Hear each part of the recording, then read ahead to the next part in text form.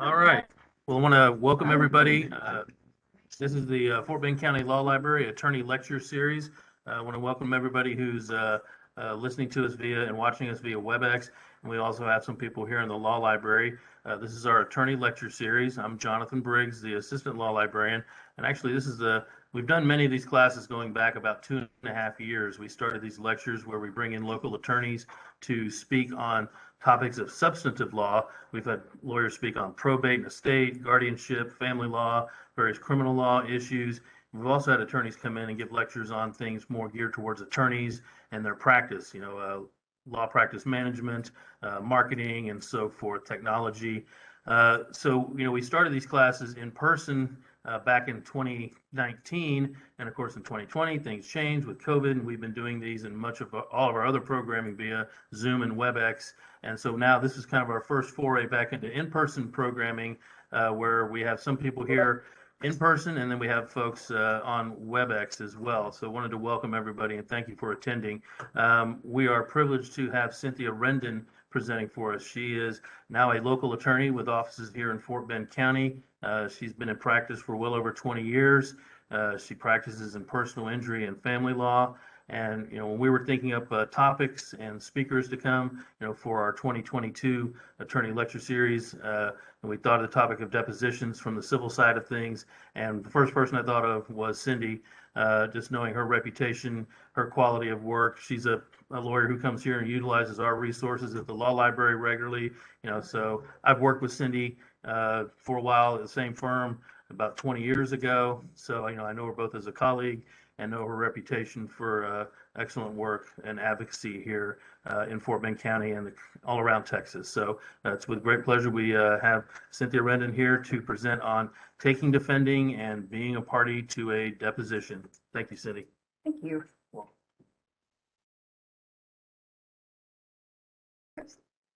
How do I move?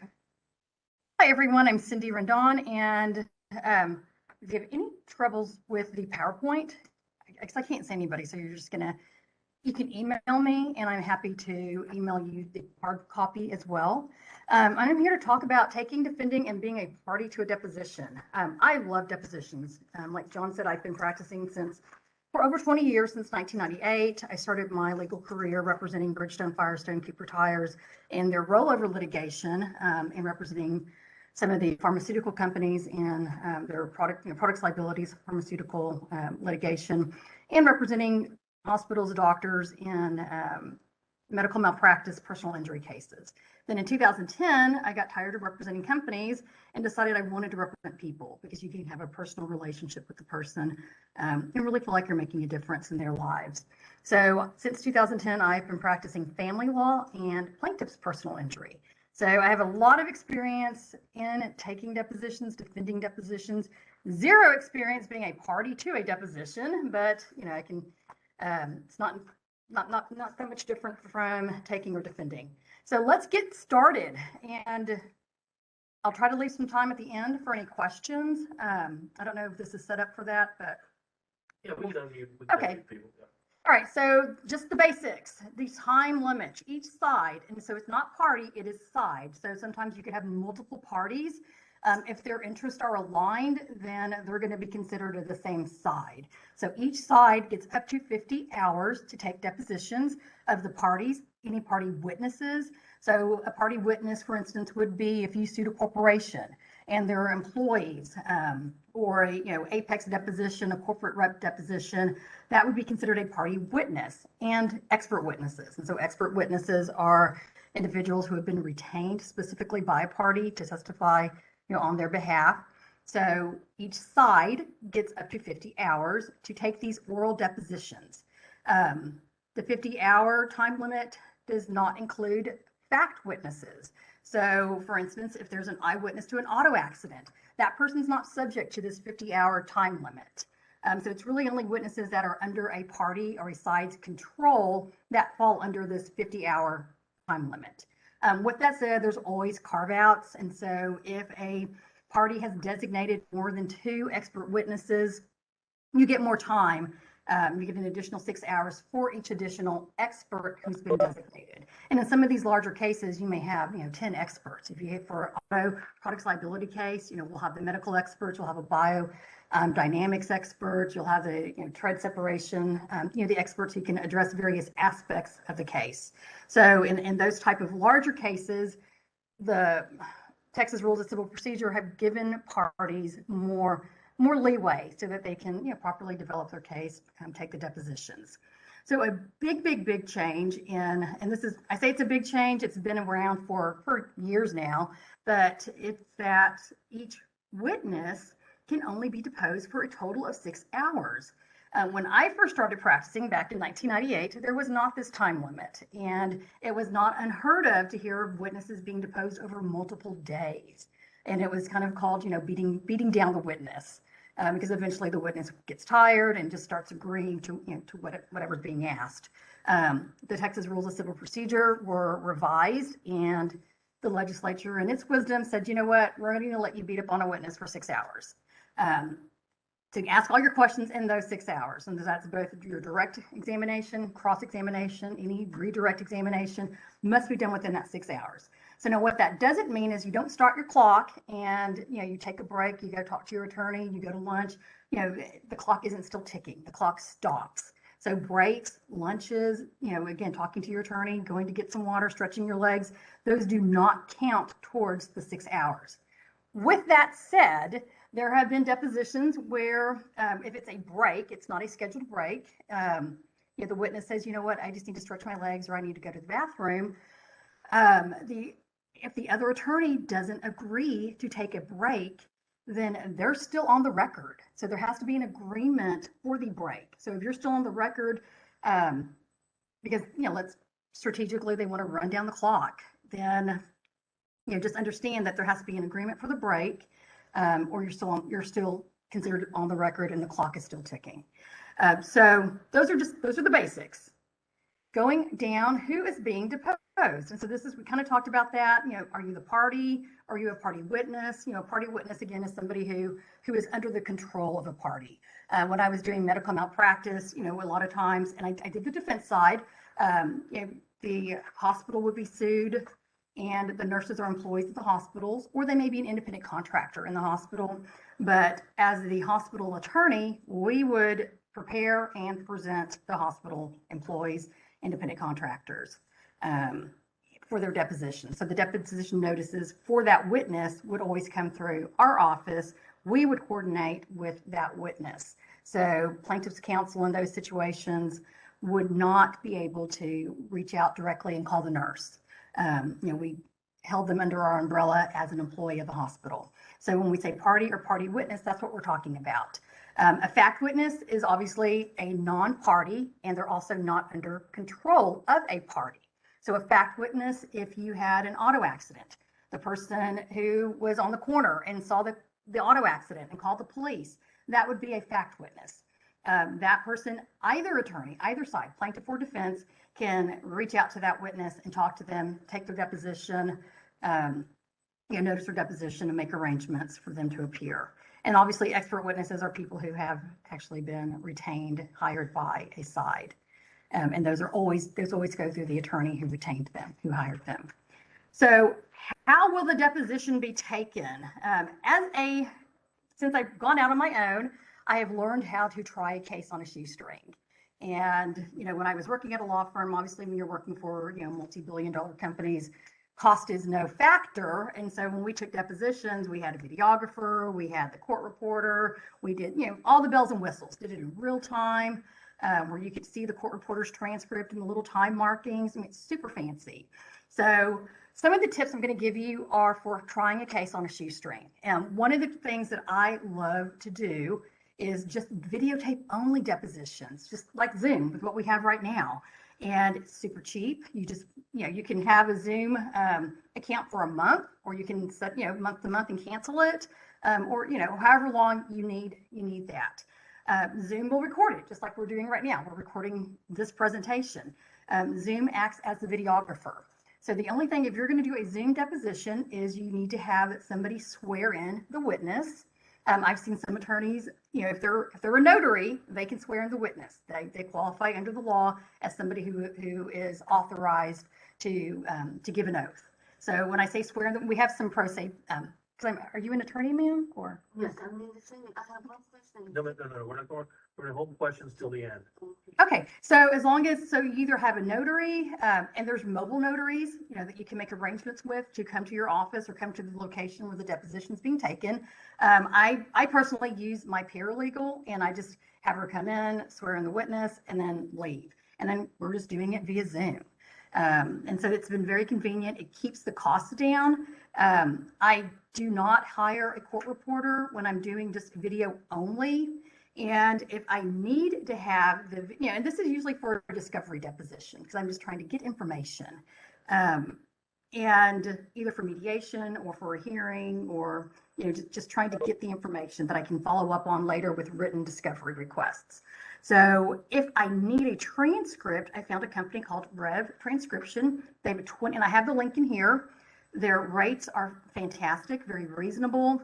And you can pay for them to do a timestamp transcription, which that means that they mark the time from the video.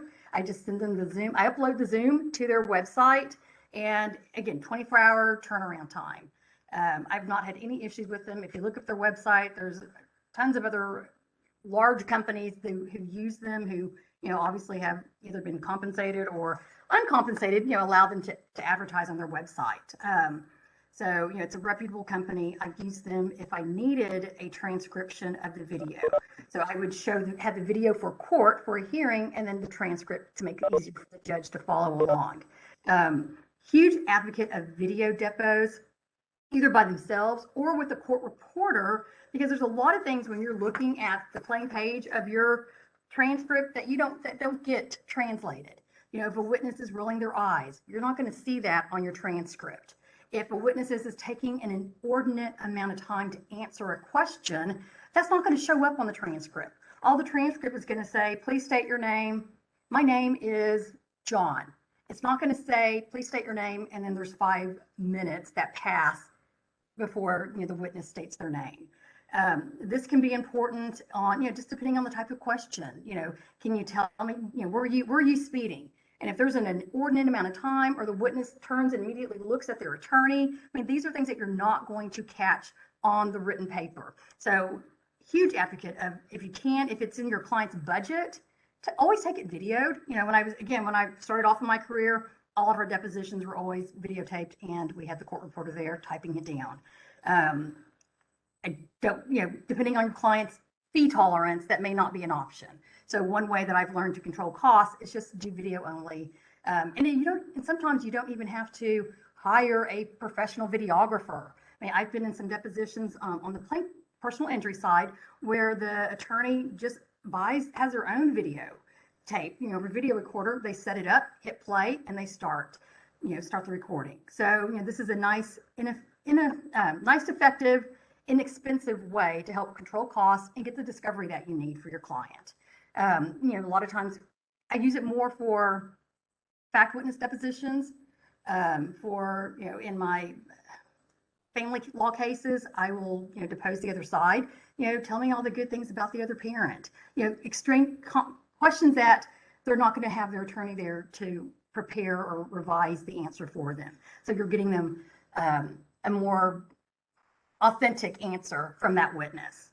And I had a deposition where there was a custody fight, and I asked the father, my client was mom, you've said all these, what are all of your complaints about my client? And he goes through this whole laundry list. I'm like, okay, well, is there anything good you can say about her? And the first thing he said was, she loves her children. She will do anything for her children. And so it helped our case because we went to mediation, and we were able to come to a resolution at mediation. So you can get some spontaneous admissions during a videotape deposition that you wouldn't necessarily get if you just sent a written discovery, interrogatory. So if there are special rules, and I cited to the rule, if you're going to do video only, you have to follow these specific rules on giving notice, because the other side has to know that you're not going to have a court reporter there. so that they can make arrangements if they want a written transcript to hire the court reporter and pay for the court reporter themselves. So, and you have to, you have to give at least 10 days advance notice, let them know that it's only going to be via recording. There's not going to be anyone there for a stenographic. They're not going to be a court reporter typing everything down. And they can make arrangements, again, if they want to incur that cost for their client or not. If it's a lot of times, if it's expert depositions, I think I talk a little bit about, is this a discovery deposition or is this a trial deposition? And so a discovery deposition, you may not want to have that cost of having the court reporter, but again, you always have the option, if your case is going to go to trial, you can contact Rev, you can contact the court reporting service. There's options to get your videotape transcribed. It's with a court reporter, it's going to be a little bit more expensive for them to transcribe the videotape because, they have to start and stop and start and stop. But so kind of keep that in mind. If you think that this case is not going to settle, you may want to go ahead and incur that cost on the front end instead of holding it, to the end. So the next slide, and just bear with me. I warned them that I know just enough about Zoom to screw it up. Okay, so now we talk about court reporter only. Many depositions where we just have the court reporter. And we aren't videotaping it because, again, a videographer is an additional expense. So the court reporter only, this is where it's really nice if you can get all the bells and whistles. Again, when I represented companies that had, endless budgets, we got all, whatever, you want cheese with that, extra mayo, extra pickles, like put it all on there. So kind of Zoom videography, video depots is kind of become more popular in addition to the cost savings because court reporters are actually not as easy to schedule. There's a dearth of court reporters. So this, so having Zoom has been just kind of a blessing in disguise for litigation practice. So we talked about the court reporter and videographer. Generally, if you want a videographer, then the court reporter, and you're hiring a court reporter, they'll make arrangements with the videographer, and so they'll show up. Always find out if you need an interpreter. There's some cases where we've had to get an interpreter. If you're noticing the deposition and they need an interpreter, it's your responsibility to hire the interpreter to be present at the deposition. I always prefer to use somebody who I worked with before, who has come recommended by other attorneys. I can't tell you how many times I've been in depositions where, it wasn't my depo that I noticed. I know just enough Spanish. I can, un poquito, but I know enough that I can understand. And so I remember this one deposition in particular, the witness, was talking in Spanish, and we had the interpreter, and the witness was asked a question, and like a minute-long answer, and the interpreter says, "She said no." Right. And I'm like, wait a minute, no. This was, 60 seconds. That's, no is like 1 second. So, always have somebody who, especially if you're the one doing the deposition, taking the depo, that you have an interpreter who you trust, or that has been highly recommended to you. And again, I'm not disparaging interpreters. You have to, you can't bring your grandma in unless the other parties agree. An interpreter has to be certified. They have to, have requirements to serve as an interpreter. So, they're not going to risk their licensure or ability to earn a living, on a case. I just wanted to share one funny story about, and then we'll move on to the next topic about videotapes. So there was a video, this woman, PI case, I saw the video, and I've tried to find it so I could present it to y'all and show you, but just illustrates why it's so important to have videotape, depending on the witness. She was, being deposed, she hurt herself, she had a serious, shoulder injury. The attorney was like asking her, how has this affected your life? Can you please, your activities of daily living? And she's like, I can barely move my arm up to here. It's just, I can't sleep on it. It just hurts all the time.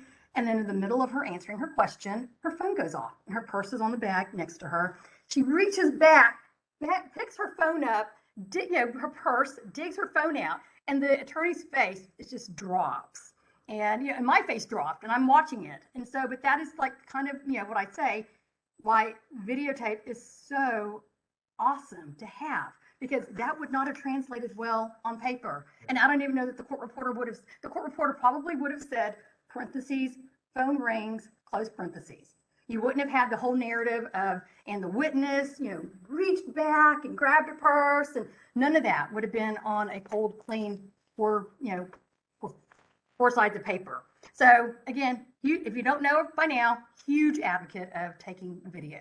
And especially in this day and age, if you need a court reporter, get the court reporter, but just, get your cell phone. Everyone has video that's awesome. So, some of the camera features are even better than a professional camera. So no excuse not to have, a videotape of a depo. Okay, taking the deposition. Why are you deposing this person? What value are they adding to your case? What are you hoping to get out of this deposition? So I always ask myself that. Who's the party? Who's the witness? What are we going to get? Why is it important for me to charge my client? If it's a civil case or a family law case, to charge them to take this person's deposition, because I'm on the clock. I bill hourly. If it's a PI case, okay, why am I going to take time out of working on other cases to take this person's depo? No, I'm not just going to take a deposition just for the hell of it because, I love taking depositions. And this is where we talk about, is this a discovery deposition? Am I trying to get information? Tell me all of your injuries. Tell me, because you never want to go to trial and be surprised. And so when I take a deposition, I always ask if it's a personal injury case. When I was on the defense side, I would always ask the injured party, tell me all of your injuries. And is there anything else? Have we covered everything? Are there, tell me what you were able to do prior to this accident. What are you now, are you still able to do, clean your house, gardening, whatever it is they say that they did and enjoyed prior to the accident. And again, it's just, you're just exhausting their knowledge of things. Who all did you speak to at the hospital? Can you describe them? Did you write their names? Anyone else? What did they tell you? Is there anything that we haven't covered? I always like this one catch-all, and I always get an objection to it, but I ask it anyway. But, is there anything at the end of the depo? I always ask, is there anything that, because I'm not the most artful examiner, is there anything that you wish that you could have shared with me and I just didn't ask you the question? And you're going to get objection form. Ask it anyway, because the witness, the whole purpose of a discovery deposition is just to learn what's out there so that you can then follow up with either deposing somebody else or follow up with written discovery. Some depositions you're taking a corporate rep and they say, you know what? I really don't know about that. Well, then who would be the best person for me to ask to learn this information? And you'll get additional names. If you're taking, this in some of the larger cases, you want to find out, do we have all the parties sued? Because the last thing you want is, to commit malpractice and not have a necessary party in your case. And so, where else, if it's, the big thing that I really saw that in was more of the products liability cases, or where you just want to make sure that you've covered, every link in the chain so that you can have all the defendants in the case. But, who all did you talk to? Anybody else? And what did they tell you? You want to commit them. I don't care if it's true or not, but I want to commit them to that, because if you do go to trial, you don't want them bringing up some person and the rules have changed now where you have to disclose any fact witnesses. So there's not so much of a got you as there used to be, but you still want to know everybody. And then you can decide if you want to depose that person, or if it's truly like an eyewitness, that you can call them up and you can talk to them and decide whether it's worth it to incur that cost in your case or that time commitment in your case to take their deposition. One thing that we used to do, it wasn't depots, but we'd call and talk to the witness. And, as long as you're not recording them, either with your phone or, oral, you don't have to produce it, because your notes as an attorney are work product and those aren't discoverable. And so we did that a lot on, when I worked on the defense side, just call up a witness and talk to them. And then you can decide, you take your notes, because your notes are work product protected, and then you decide if you want to take their deposition. And then sometimes we would just we'd have them come in. We wouldn't even do a deposition. We would just interview them on the record. So we'd have the court reporter there so that you commit them to their statement, and then you can produce that statement. So, and then if the other side decides they want to take their deposition, you've already committed this eyewitness to their rendition of facts. And so if they flip-flop at a formal deposition, you can impeach them with their prior statement that was given under oath.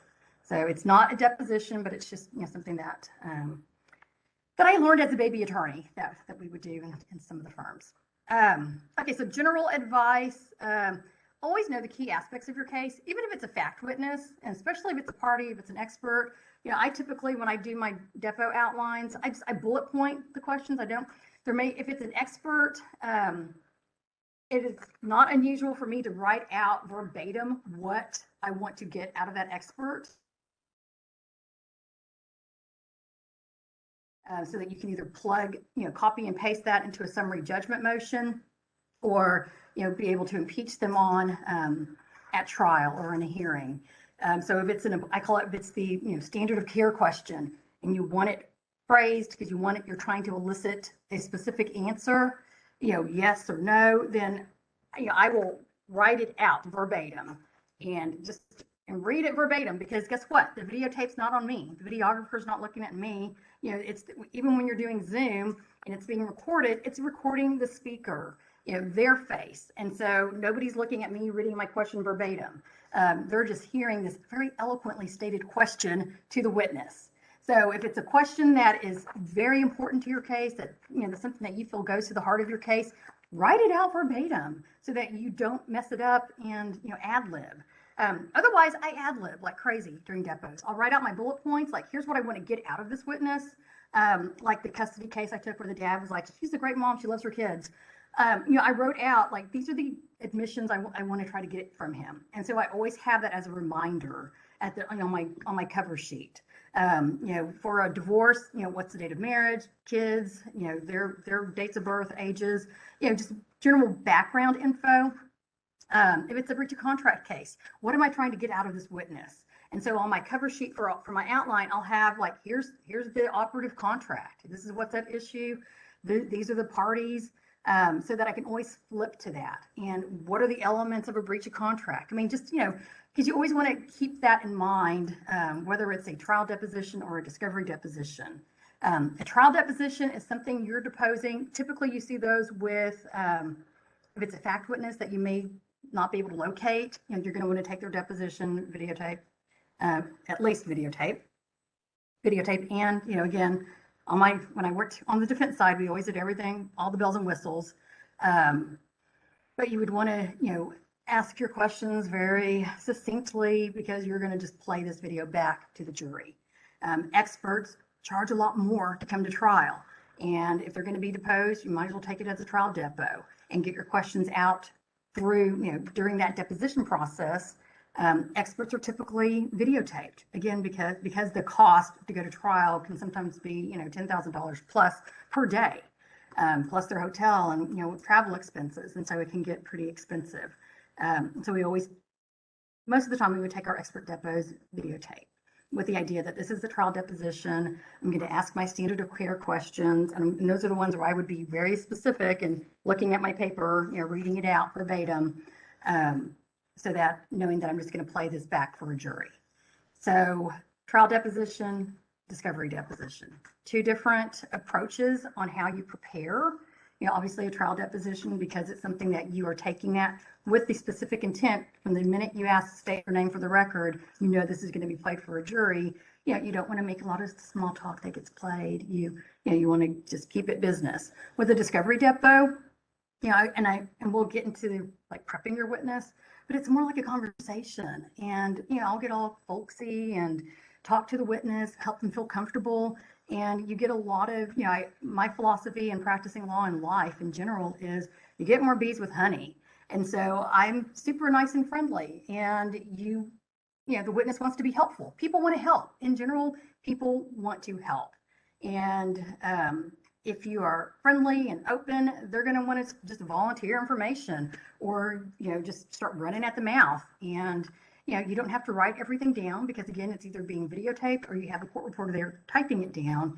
But you just want to get them talking, especially if it's a discovery deposition, because you want them, eventually they're going to say enough to either hang themselves, or they give you more information that you can use, if for a hearing, or to help you get some leverage at mediation. So just general, depending on the witness, just the case dynamics. If you're nervous when you're starting the deposition, just go over the basics, and so that you can, okay, and calm down. But in the basics are, after the witness is sworn in, Please state your name for the record, because now we're officially on the record. And you just, I typically, what's your name, what's your address, what's your date of birth, just the softball questions. And it also gets the witness comfortable. It gets them used to the ask and answer. And you're just basically this, I call these the background. There's also what I call the rules. Here's the ground rules. And, I always tell them this is not a sprint, not a marathon. If you need to take a break at any time, well, let me know. And if there's not a question pending, happy to let you take a break. But if there is a question pending, like if I've asked you, have you told me about all of your injuries? You can't say I want to take a break and then, without answering my question so that you can go talk to your attorney and then come back and answer my question. Typically the way I handle those situations, I'll tell them, if you want to take a break and I've asked you a question, answer my question first, and then we'll go off the record and you can take your break. And then when we come back on the record, I always follow up with, we've just got back from a break. Is there anything you want to change or modify, add to any of the prior testimony that you've given? Now that you've had an opportunity to talk to your attorney, is there anything that you want to change about your testimony? And, sometimes they change their testimony or they clarify, their testimony. But I always ask that, because you're always thinking, if I have to show this for the judge or play this for a jury, because if you're reading, like if you don't videotape it and you're just reading the transcript to the jury, you can ask that. That's part of what you read to the jury. And so it's all about the perception. Is the jury going to think that, oh, they took a break, he came back and he changed his answer? So I always ask that question after every break, after lunch, whether it's a just bathroom break. If there's an opportunity that they had to talk to their attorney, or bathroom nowadays with people taking their cell phones, did you talk to anybody? I always find out, who did you talk to prepare for your deposition? Obviously attorney-client communications are privileged, but if they talk to anybody else, I want to know. And what did y'all discuss? What papers did you look at to prepare for your deposition? And we'll talk more about the papers that I make sure that my witnesses see or my clients see, but I want to know everything they looked at so that I can cross-examine them about that and make sure that that has been produced to me. So the basics, if you need a break, happy to take a break, but if I have a question pending, you have to answer my question first. That's fair. We're not to talk over each other. It's, you have the court reporter there who's typing up. And again, this is just to help the witness get comfortable. And if you have nerves, it helps you to just calm down, because we're just going over rote information and questions. If there's a document you want to see, I always tell the witness, if there's something you want to see that helps you refresh your memory, let me know. And if your attorney brought it, happy to let you look at it. And I always tell my clients, I'll have the file with me. I'm like, if there's anything, don't guess, look at the document. So, when you're examining, taking the deposition, you just want to exhaust their knowledge. You want to box them in. Because again, the last thing, and I always, and I end my depos with, have we talked about everything? Is there anything you want to share with me that we didn't discuss? You understand that this is the only opportunity I get to talk to you before we go to trial, and I'm relying on your deposition.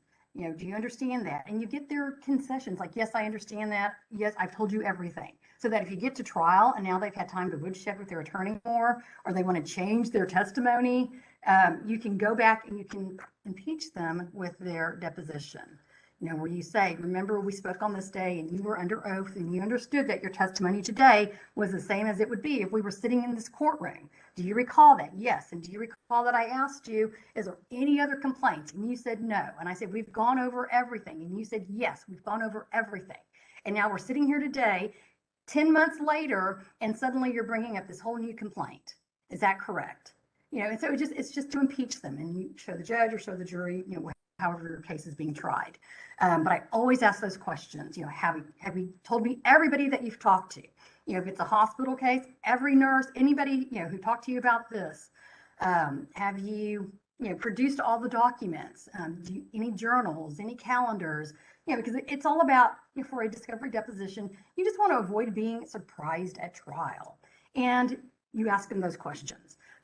If you're not videotaping your deposition, you're having the court reporter only, just a written transcript, then always be sure to ask at the end, have I been courteous and polite to you? And so that you get that on the record. And I can tell you stories, but there have been times where the witness will say, well, yeah, of course you have. Yes, you've been courteous and polite. And, and if you wanted a break, I let you take a break, correct? Yes. If you wanted to look at a document, I let you look at the document. Yes. You get these admissions from them so that when they go to trial, they can't say, I felt beaten down. That attorney was, because, again, you don't see tone on a transcript. You don't see eye rolls. You don't see, pounding on the table. None of that is going to be on the transcript. Like the example I told you about the woman reaching over, the woman who could barely lift her arm, reaching over to grab her bag. The only thing that you would have seen on the transcript would have been parentheses, phone rings, close parentheses, something nice and, it doesn't show you all of the other drama going on. So ask those questions so that if you go to trial and the witness says, you were very rude to me. I thought your tone was condescending. I felt threatened. I was nervous the entire time. I didn't understand your question. You can go back and say, okay, well, remember you were deposed on this date. And I asked you, was I courteous and polite to you? And you said yes. I asked you, did I allow you to take a break? And you said yes. I asked you if you wanted to look at documents, you were able to, and you said yes. And, just go down your list of all the things that they are now suddenly having a change of face about. So that's just, little practice pointers over my years of experience. So, it's about boxing in the witness so that you're not surprised at trial, exhausting their knowledge on everything. Is there anybody else who has information about this? Is there anybody else in the company who would be better suited to answer these questions so that you can take those depositions? And let's go down. I'm trying to keep track of the time so that we can go over. We're 10:42. You're doing fine. Okay. So, and here's the catch-all questions I talked to you about on page 6. I won't go over those again. Going on to defending the deposition and being a party to a deposition. Prepare your witness. I always tell my clients, or if it's a witness, I want you to be over-prepared. I want you to go into that deposition and, come out saying, you know what, I was surprised they didn't ask me about X, Y, and Z. I want my witnesses the last thing you want is to have your witness with the deer in the headlights and looking at you for guidance. So as the attorney, you have to know your file. Just plain and simple, you should know your file. Go over all of the documents with your client. If it's a pleading that you have filed, go over it with them. I don't expect them to understand the legal concepts, but at least explain to them that if they're asked about, I see in your original petition, you pled fraud, you pled fraudulent inducement. I don't expect my witness to understand that legal term, but I do expect them to know what facts that they're relying on that support that cause of action. And, or you've pled for a divorce case, you've pled for reimbursement, or waste claim. What I want them to say is, I don't understand that concept. That's what my lawyer pled, but here's the facts. Here's what, here's why I think that my wife wasted money because she was having an affair, and here's on her credit card statements, you can see these expenses at hotels, in Houston, and we live in Houston. There was no reason for her to be at a hotel. But I don't. And so if it's a legal document, I always tell my witness, just say, that's what my attorney prepared. I can't speak to the law, but I can tell you the facts. And so, in the underlying, factual information. But prepare your witness. Go over the document. Even if it's a legal document, still go over it so they understand what's there. Go over all of the discovery. Even if they helped you with the interrogatories, just refresh their memory. Like, let's go over this again to make sure that you understand. And here was your answer. Here's the documents that you produced. I will have them with me at the deposition. So if you need to look at them, tell me and I will show them to you.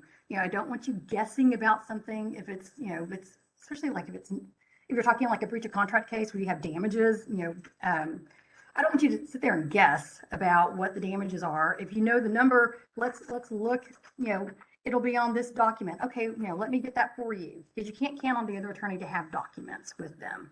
But go over every single paper in the file. Anything that the other side produced, go over that as well. And that's super important in any case, but also like in family law cases.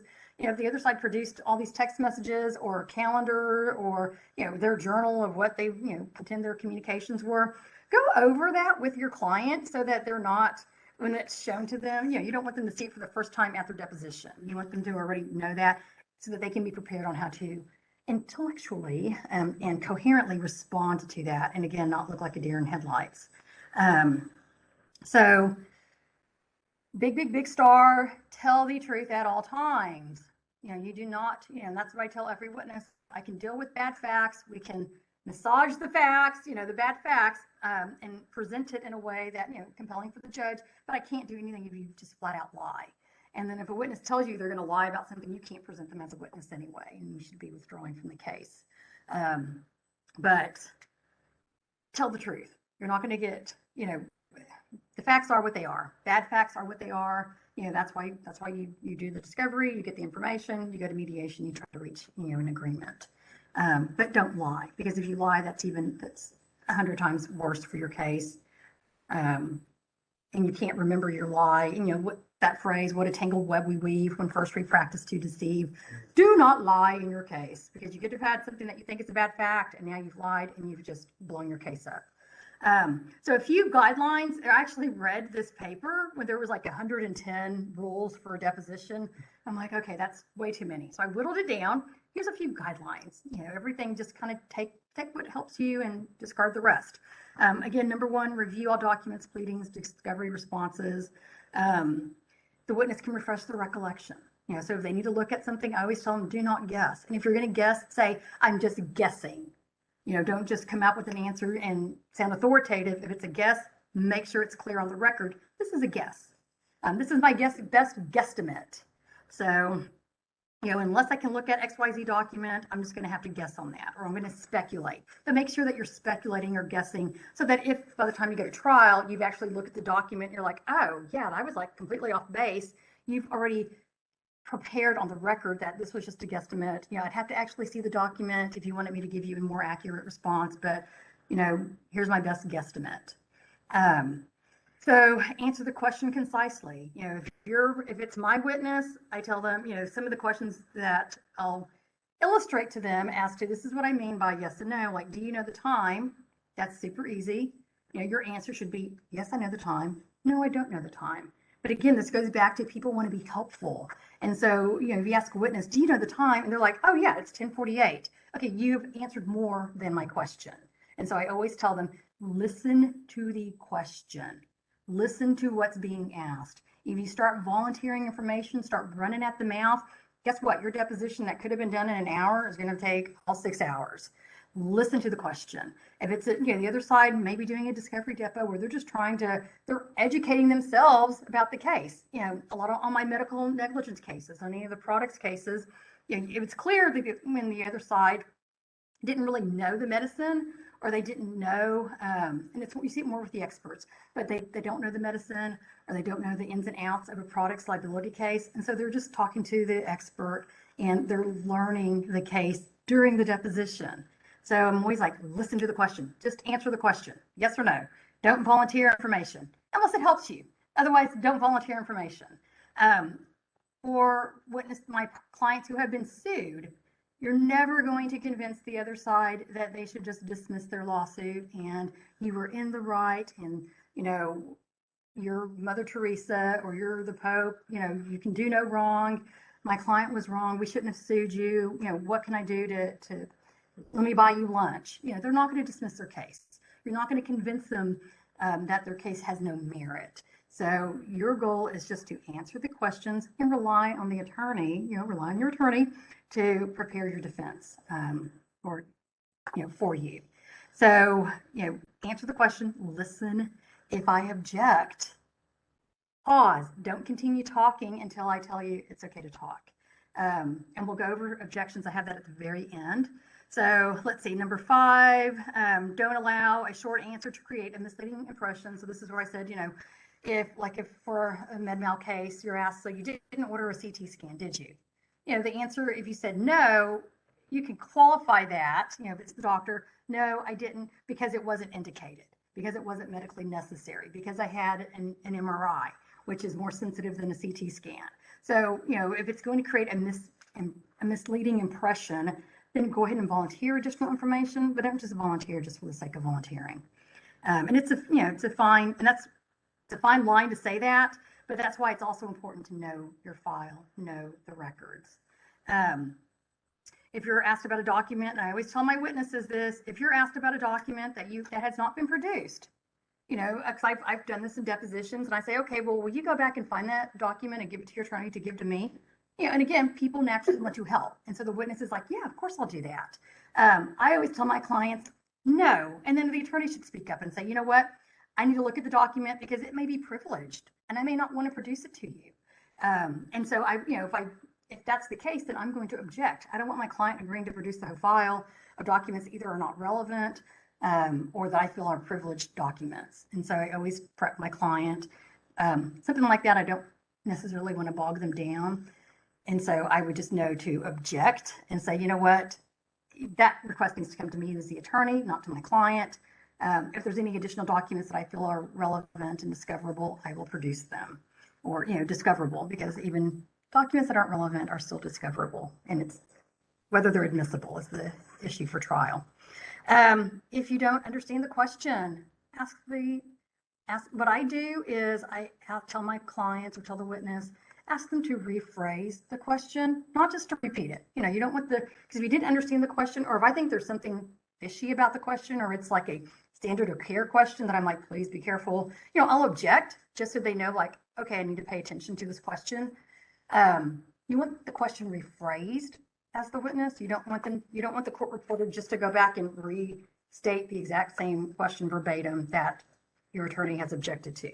Because if the question is rephrased, a lot of times they let you know what they're looking for. And so you can give a more accurate response or know where the pitfalls are and as a witness and not answer. Not answer in the way that hurts your case. Number 8, don't speculate. If there's a document that would answer your question, say, you know what, that's going to be in XYZ document. Refer to the document. So hearsay, 100% admissible, 100% you can talk about, like, what did your aunt's, cousin's, brother, neighbor tell you? That's 100% discoverable in a deposition. You know, whether it's admissible in trial is another issue. And that's why I always say, have you told me everybody that you've talked to? Have you told me all the documents that you've looked at, that you've relied on? You know, you just want to box in that universe so that you're not surprised at trial. Breaks are always allowed. You know, you don't want them saying you held me hostage. You didn't let me take a break. So I said whatever you wanted to say just so I could go to the bathroom because you wouldn't let me leave.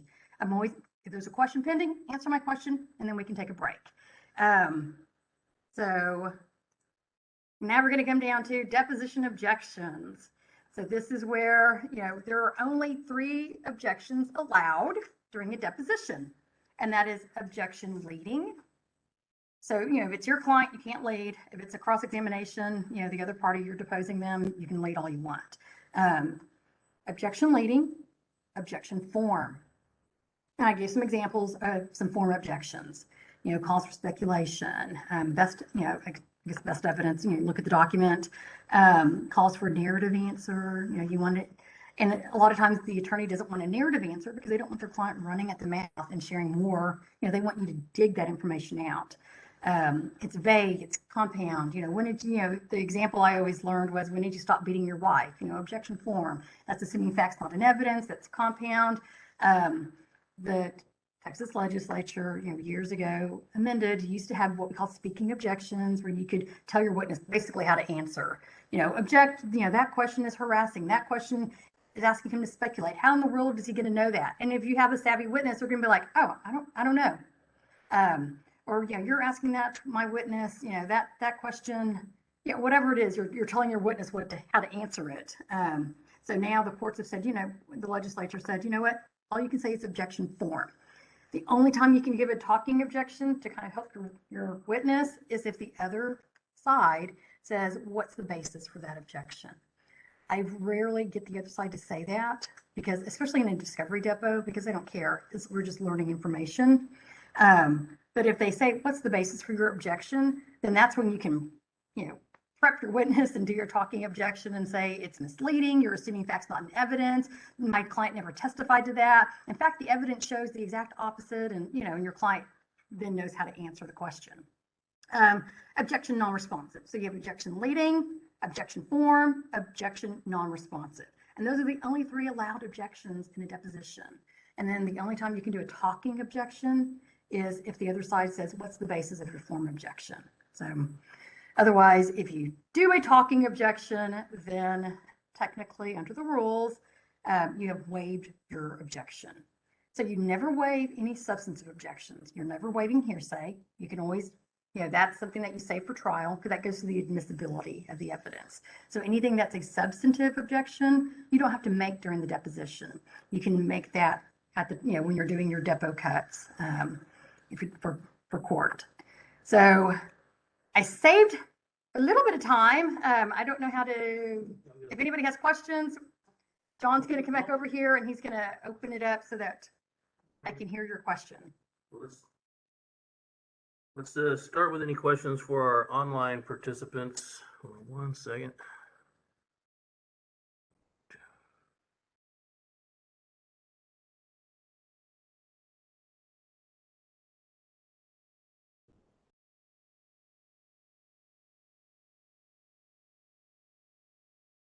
Okay, I've unmuted the online attendees, so if any of y'all have a question, please speak up. Or forever hold your peace.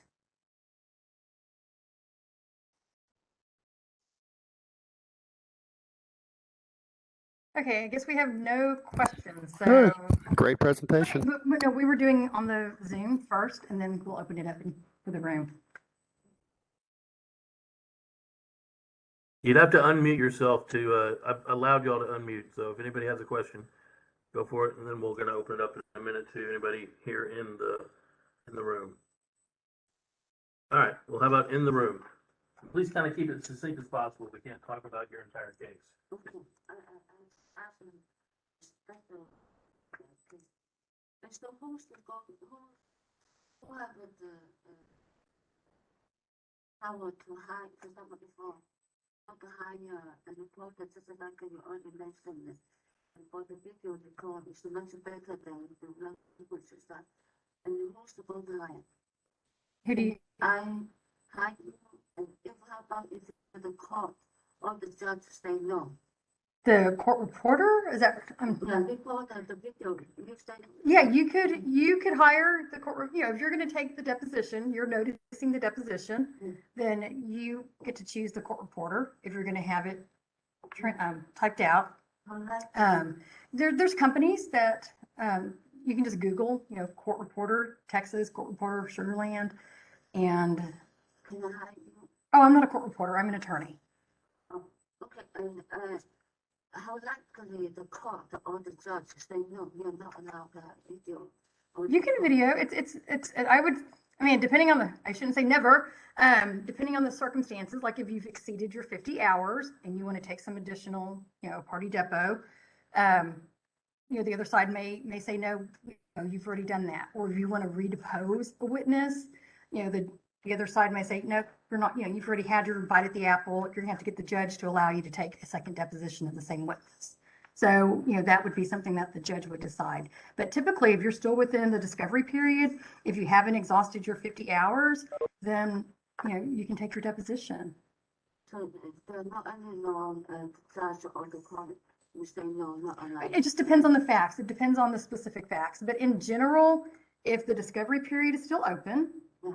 if you haven't exhausted the time limits that you have for the witness or for this, for the case as a whole, you should be able to take notice the deposition and take the party or the fact witness expert's deposition. Yeah, okay, another thing, you talk about the witnesses, right? And how likely, because of the lawyer want to win the case, and the lawyer knew the witnesses liar, and That the witness is lying? lying, Okay. make a lie, and the lawyer, because they want to win the case, and the lawyer also lied to the court, and Then how- that would be something, if you knew that the witness is lying, you get your testimony and you file your summary judgment motion or motion to dismiss, and you present the evidence to the judge. If you have conflicting testimony and conflicting documentary evidence, then that's gonna be a fact issue. And the judge would likely, the judge doesn't have authority to rule on fact issues unless you're trying it to the bench. So you'll probably have to go to trial. Or you go to mediation and you have a strong mediator who tells them, look, this is not going to go good for you. Luckily, the judge or the mediator or they also lie and to support the lawyer who lie. Well, I mean, everyone's there. Uh-huh. We're all officers of the court. As an attorney, and like, I'm not going to tell a client to lie. I cannot put a client or a witness up who I know is going to lie. And I'm not going to risk my livelihood, my law license for a case. So, and a judge is, the judge has taken an oath to follow the law. And so, Let's, we're getting a little bit beyond the scope of what this.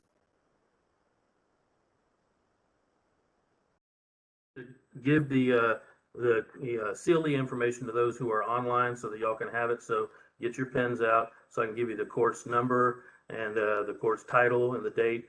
The court's number is 174152028.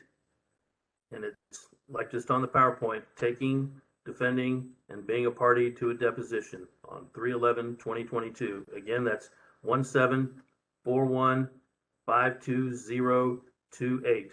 It's a 1 hour total, and within that there is 0.25 ethics hours. So, Robert, did you have a question? Yeah, I have a few questions real quick. You did mention about the interpreter. You had that horrible situation where they obviously, what was the remedy? What did you do? Hopefully it was clear, even if a person didn't that language per se, like you permitted, you got someone who obviously didn't. if it's not interpreting correctly, then you can suspend the deposition. That was the remedy. Okay, you also said something that was very important to me that I have not heard, where you took you get someone that you a video statement or something to that effect, where you actually get them to commit to a statement, or did I misunderstand? That you can later use, the idea was to later use it to nail the person down to what they were to.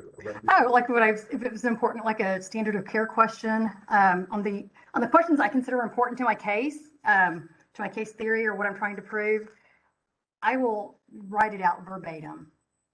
Otherwise, I just bullet point, what. But what was interesting was you were bringing in certain witnesses, having them, instead of writing the statement, weren't they giving video? Okay, fact witnesses.